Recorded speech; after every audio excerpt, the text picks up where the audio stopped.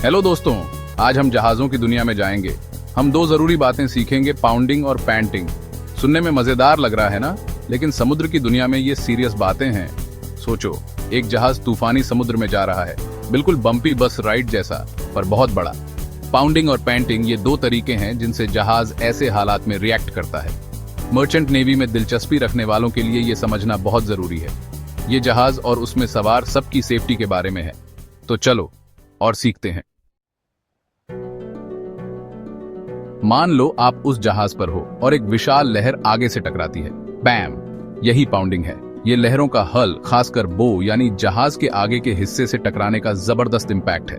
ये तब होता है जब जहाज बड़ी लहरों के खिलाफ जाता है। खराब मौसम में आपको पूरा जहाज कांपता हुआ महसूस होगा। ऐसा लगेगा जैसे जहाज का दिल भी जोर से धड़क रहा हो। पाउंडिंग डरावना हो सकता है, पर खतरनाक भी। समय के साथ ये जहाज के स्ट्रक्चर को कमजोर कर सकता है, जैसे दीवार में दरारें। इसीलिए कैप्टन्स बड़ी लहरों में सीधे जाने से बचते हैं। अब सोचो, जहाज उन्हीं बड़ी लहरों पर है, पर इस बार ऐसा है जैसे जहाज लंबी गहरी सांसें ले रहा है। आगे का हिस्सा फैलता है और पीछे का सिकुड़ता है। यही पैंटिंग है। पैंटिंग तब होता है जब जहाज लहरों के ऊपर नीचे जाता है तो पानी का प्रेशर उसके हल पर बदलता रहता है। ये लगातार फ्लेक्सिंग हल को समय के साथ कमजोर कर सकता है, जैसे प्लास्टिक के रूलर को बार बार मोड़ने से वो टूट जाता है। पाउंडिंग अचानक इंपैक्ट होता है, पैंटिंग बार बार स्ट्रेस की तरह है। अगर जहाज इनको झेलने के लिए नहीं बना है तो दोनों ही सीरियस डैमेज कर सकते हैं। तो फर्क क्या है? पाउंडिंग को ऐसे समझो जैसे किसी बॉक्सर को मुक्का लग रहा है, जोर से और अचानक।